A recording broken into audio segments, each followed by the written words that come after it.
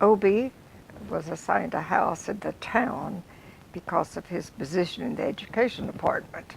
And they got to know the town a little bit, and then it was time for her to go to the village. So Obi took her to his village. They had to go through a trail after they'd let the driver off at the road for a mile or two, and then they had to wade a river going up to Obi's village.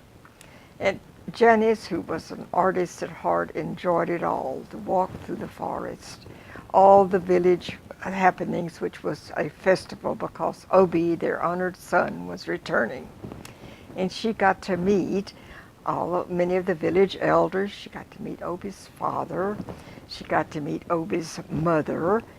And she got to meet Obi's second mother. Second mother, well, she didn't know who a second mother was, but the man must have two wives, although Obi had never mentioned that. And there was a little boy that always tagged along with them. His name was Zekwe. And he just followed them wherever they went. So she said, well, he must be Obi's little brother or second mother's child, or she didn't know, but he was a lovely child. Went with them everywhere they went. So on the last evening, she went to the field with the women because they were doing their hoeing for that, and they used to hoe about like this, and they were very surprised that she could use that hoe, and everybody laughed and clapped their hands except one old woman came up and jerked it out of her hand and said, "You don't know how to use that. You're just a white woman." So anyway, she was thoroughly enjoying their time. But near the time it was time for them to go, she could see that Obi was restless. Then they walked down to the river for the last time, and she had talked to one of the guys that was following them around all the time, and she said, "My mother-in-law does not like me." And she said, "Well, she didn't have a part in choosing you." And she said, "Okay, I can understand that."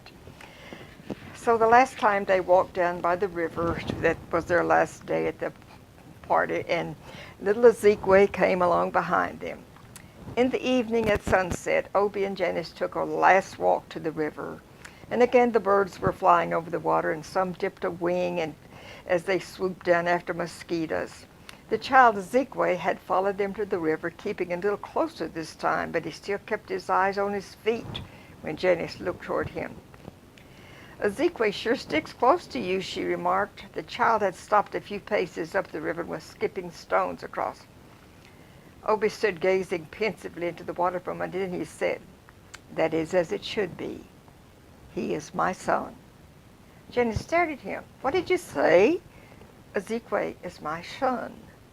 Janice turned her eyes back to the child, and Obi continued, "A marriage was arranged for me a week before I left for America." And Janice's heart stood still, a hard, solid knot in her chest. She felt dizzy, and for a moment she thought she might fall into the river. "Why did you never tell me?" she asked in a weak voice. "I wanted you too much, Janice, and I thought I had it worked out." Obi's voice was filled with misery that she could feel even with the pounding of her heart. "In America it all seemed so far away, as if it had never happened. It was as if I were two persons, one of whom had never waded in this river, never dipped greasy fingers in the pot. Oh, Janice, please try to understand." He turned to look at her full face. "It is a thing that happens to us. The favorite sons go overseas. These marriages are arranged for all African men before they go away as an assurance that they will return. Your mother arranged that marriage. She picked out your wife." Obi nodded. "It's why she does not like me. She feels I have set her work at naught." "Yes," Obi said, "but Janice, please try to understand. You are my life. The other woman means nothing to me. I had never seen Azima before the marriage ceremony. I was with her only 1 week before I left. She cannot read or write. She has not written me once in all the time I was away." My sister, who is away in school, sent me the news that Ezekiel was born. I had never seen even a picture of him before we came to the village. And now the pleading left his voice, and Obie stood straight. But he is my son, and of him I am proud. Janice had no quarrel with the child. Where is this Ezimal?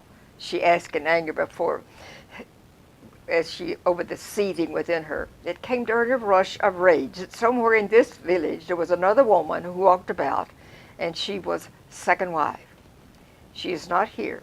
She returned to her father's house in her village when she knew we were coming. Well, thank you for small favors, Janice said coldly, and turned her back on Obie in the river. Janice, please! But she ignored the pleading in his voice and marched up the hill to their mud-walled room. Well, they go back to the house in the town. Still beside them, there's no relief. Still angry, still disappointed. Janice got out of the taxi and stood looking at the bougainvillea framing the windows of their pleasant house while Obie paid the driver. She and Obie had hardly spoken since yesterday. Obie drew in his breath quickly as he came to stand by her. I did not mean to deceive you, Janice. I thought the affair was a closed door. But I forgot. There are no doors to close in my village, and even the goats wander in and out. But this has doors, Janice, he said, looking up at the house past the garden. It has doors, Janice, and a lock, and a key. Janice looked up at him then in the full light of the noonday sun. Obie, she said, I am so confused. He held her against there, stroking her hair. I need you, Janice. I need you. Polygamy is accepted here, and at the crook of a finger I could feel it a harem. For here I'm somebody and have something to offer.